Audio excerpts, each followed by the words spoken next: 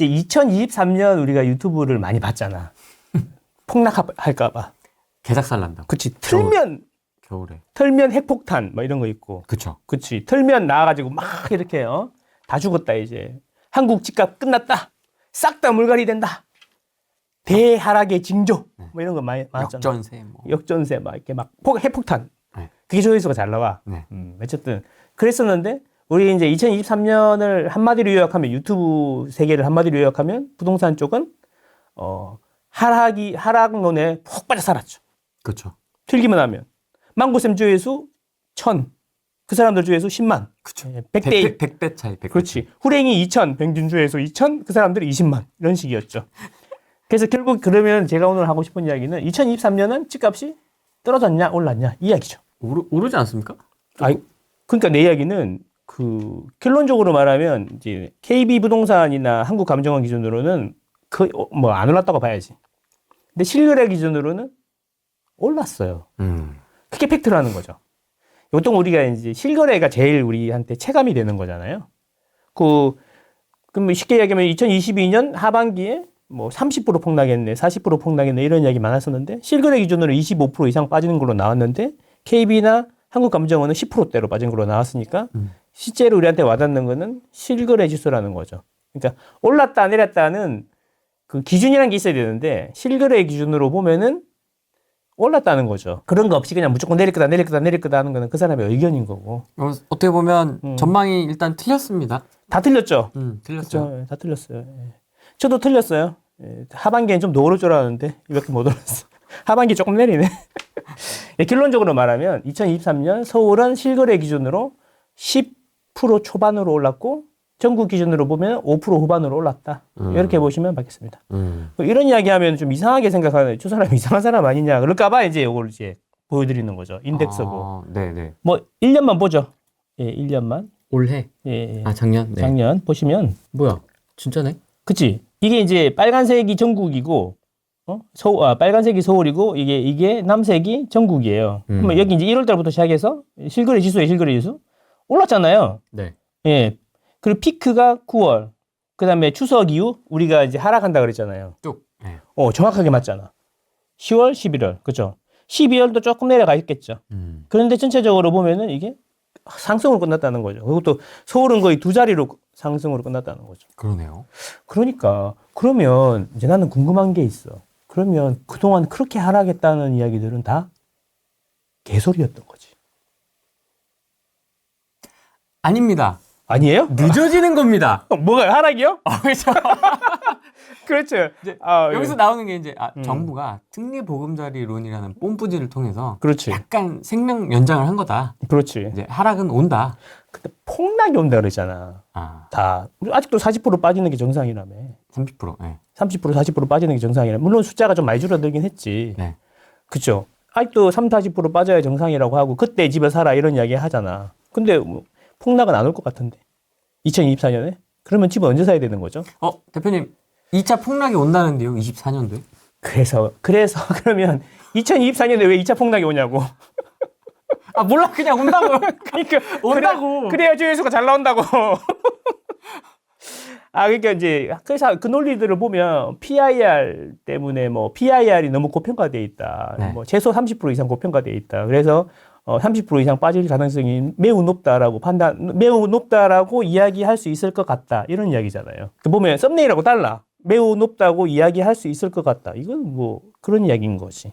그 다음에 또 뭐 있었어? PIR 말고. 매물이 증가했다. 매물이 증가했다는 이야기는 수요가 없다는 이야기다. 수요가 있으면 매물이 거래가 되면서 매물이 줄어들 건데. 그리고 이제 역사상 최고로 매물이 아직 많은 상황이었다. 이런 이야기잖아요. 역사상. 매물 통계 집계된 게 2020년이야. 그 네이버 매물 긁다가 계속 센 거잖아. 솔직히 프로그램을 긁어가지고 매일매일 긁는 거잖아요. 그전에는 네이버가 그렇게 긁으면 다 끊어버렸어요. 트랜잭션을 디도스 공격처럼 해가지고 다 끊어버렸단 말이야. 근데 2020년 중반부터 그걸 풀어줬어. 그래서 그걸 이제 다 끌다가 하는 거지. 그래서 매일매일 끌다가 매물 개수를 세는 건데 이게 매물 개수가 또 그러니까 짧다는 거야. 이게 짧다는 거지. 통계가 한 10년은 돼야지 한 사이클은 봐야지 매물 개수가 늘어나고 줄어들고 이런 이야기를 할 수 있는 거잖아. 솔직히 말하면. 그렇죠. 근데 이제 또 웃긴 거는 뭐냐면 그게 12월을 덮었는데 11월 중순부터 매물 개수는 또 줄어들고 있었어. 아, 그래요? 줄어들고 지금 많이 줄었어요. 근데도 지금도 역사상 보면은 아주 높은 수준으로 있다라고 하는데 역사가 2020년이라는 거예요. 20년, 21년, 22년, 23년. 이 짧다는 거지. 그죠? 그리고 이제 부동산에서 매물을 내놓고 안 내놓고도 소장님 마음이잖아요. 안 올리는 것도 있고. 그리고 똑같은 매물인데도 여러 개 올리는 경우도 있고. 그럼 중복 매물 삭제해서 했겠죠? 아니죠. 중복 매물은 안 올라가기 때문에 층을 약간 중층 이렇게 바꾼다든가 그렇게 가격을 조금 바꾼다든가 해서 다시 올리잖아요. 그렇게 해서 그래야 우리 집으로 전화가 오니까. 그런 기술적인 부분도 있기 때문에 이 신뢰도가 매우 떨어진다는 거지, 매물 개수는. 그런 거가 중요하다. 또 뭐 있었지? 역전세. 역전세. 네, 역전세는 너무나 많이 이야기해가지고 역전세는 작년에도 나와서 그랬잖아. 역전세는 올해 여름까지 계속될 거다. 그런데 2020년 하반기의 역전세는 너무나 갑자기 와가지고 대비가 안 됐고 대비가 안 되니까 급매로 처분해서 갚아주려고 집을 내놓으면서 가격이 급락했던 거고 그게 떡락의 메커니즘이잖아. 근데 그 이후부터는 전세 만기가 보통 이제 2년이니까 2년마다 자기가 다 알고 있잖아.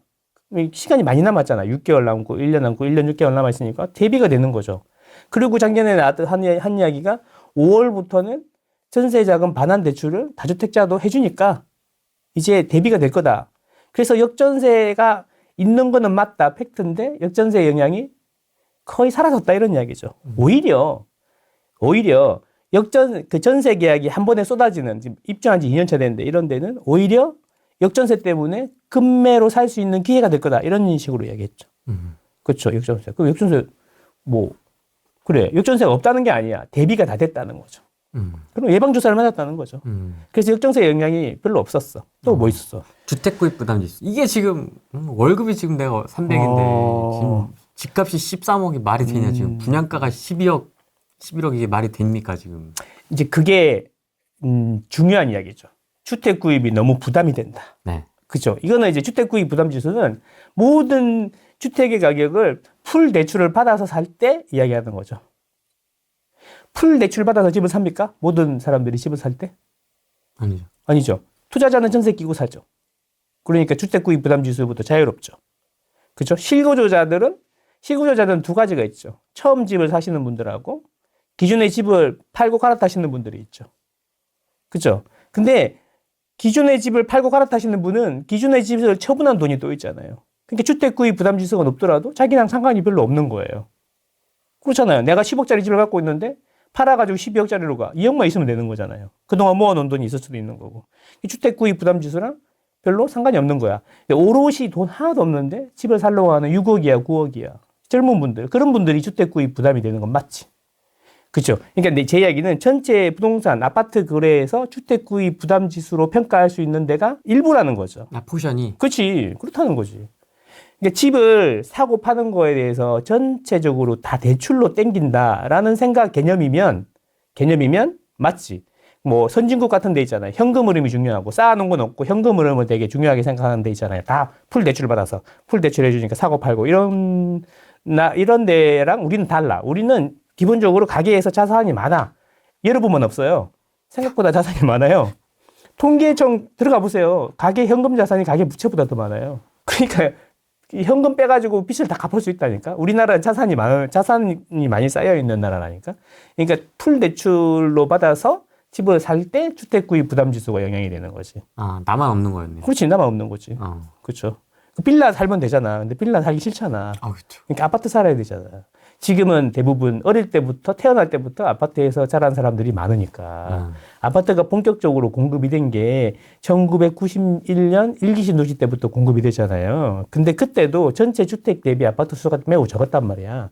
그러니까 2000년 이후 이럴 때부터 아파트가 일반적으로 공급이 되게 많이 됐지. 그렇게 보면은 2000년대에 내가 중고등학생이었다든가 어린 유년 시절을 보냈다면 아파트에서 살았을 확률이 2명 중에 1명은 아파트에서 살았을 확률이 매우 높죠. 그러니까 난 어릴 때부터 아파트 살았는데 반지하러 가라고? 안 되는 거지. 아파트 사야 되는 돈 있어? 사회초년생이? 물리적으로 많이 안 되죠. 20대 중후반에 취직을 해갖고 10년 지나면 30대 중후반인데 그러면 연봉을 1년에 5천만 원씩 모아도 5억이야. 5억으로 집을 어떻게 사, 서울에. 그런 거잖아요. 그러니까 당연히 물리적으로 젊은 사람들은 빚을 낼 수밖에 없는 구조예요. 그런 분들에겐 주택 구입 부담 지수가 맞는 거지만 기존에 집을 갖고 있는 사람들 있잖아요. 그죠? 옛날에 뭐 2억 3억 했잖아, 집이. 2억 3억 해서 샀는데 지금 10억 됐어. 팔고 가는 사람들한테는 주택구입 부담지수로 설명을 하기에는 되게 무리가 있는 거지. 갈아타기 하는 사람들은 특히 그렇다는 거죠. 그럼 이 주택구입 부담 지수가 높다라는 이유로 하락을 얘기하기는 좀 그렇죠. 맞지 않네요. 그렇죠. 어. 자, 집을 사는 거를 이제 금리만 갖고 설명을 하기는 좀 그런 게 이게 저는 이렇게 생각합니다. 집을 살 때는 돈이 필요한 게 아니라 지불 능력을 봐야 돼요. 돈을 버는 것보다는. 지불 능력. 사실 똑같은 이야기긴 한데 지불 능력이란 게 뭐냐면 내가 지불할 수 있는 능력이 있냐 없냐를 이야기하는 거죠. 그게 올라가냐 내려가냐 그걸 전체적으로 봐야 되는 거죠. 그중에 금리도 있고 기존의 자산도 있고 뭐 자기가 보유하고 있는 현금도 있을 수 있고 막 다 그런 거잖아요. 뭐 쉽게 얘기하면 내가 정년퇴직을 해서 지금 이제 할아버지인데 연금이 한 달에 200씩 나와. 네. 연금이 한 달에 200씩 나와. 그러면 10억짜리 집을 살 수 있어요? 모르는 거죠. 왜? 내가 15억짜리 집이 있으면 팔고 10억짜리 집을 살 수가 있는 거죠. 그래서 이분에게 지불 능력은 현금 흐름도 아니고 소득도 아니고 금리도 아니고 기존에 있던 자산이라는 거죠. 그죠? 기존에 있던 자산 가격이 올라가면 본인의 지불 능력이 늘어나는 거죠. 또 반대로 돈이 하나도 없어. 그럼 대출을 받아야 돼. 그러면 그때는 뭐냐면 자기 소득 대비 DSR로 보면 자기 소득 대비 이자가 중요한 거죠. 그래서 그런 분들은 금리가 내려가면은 집을 살 수 있는 지불 능력이 올라가는 거죠. 소득이 늘어나는 게 아니라. 소득은 500인데 대출 금리가 5%에서 2.5%가 되면 이자를 낼 수 있는 능력이 2배로 올라가는 거죠. 이런 컨셉으로 봐야 된다는 거지. 그래서 주택 구입 부담 지수는 부담 지수도 좋은 지표이긴 하지만 자산이나 이런 쌓아놓은 게 많은 우리나라 사정에서는 그것만 가지고 집값이 높다 낮다 평가하기에는 문제가 있는 거죠. 9억 이상이 좀 더 많을 것 같긴 한데 이제 그런 차원에서 아마 얘기를 하는 게 아닐까 싶긴 해요. 9억 10억짜리의 비싼 집들이 지방보다는 상대적으로 많으니까 야 이제 말이 되냐 이제. 기존에 6억에 살던 사람들은 신규로 구매하는데 돈이 없는 사람들 이야기하는 거고. 네. 근데 뭐 40대 50대에도 6억 이하에 사는 사람들 9억 이하에 사는 사람들 있잖아요. 그런 분들은. 그러면 포인트는 그 신규로 사는 사람들의 비중. 그치. 신규로 사는 사람들이 얼마나 부담이 되느냐. 그게 이제 주택구입 부담 지수죠. 근데 이제 평균의 소득을 갖고 있는 사람이 평균의 아파트를 살 때 평균의 금리로 사는 걸 이야기하는 거잖아요. 네. 근데 이제 그것만 보는데 요즘에 사시는 분들은 대부분 뭘로 사요? 특례로 사잖아요. 특례 보금자리로 사잖아요. 시중금리보다 훨씬 싸잖아요. 그죠? 그러니까 주택구입 부담지수에서 평가는 그 금리보다 훨씬 싼 가격으로 사는 사람들이 대부분이라는 거죠, 지금은. 그러니까 그게 시장금리보다 더 싼 거잖아. 실제로 신규 취급의 기준으로 보면은 시장금리보다 더 싸게 받는 거잖아. 자기가 사는 가격이. 그쵸.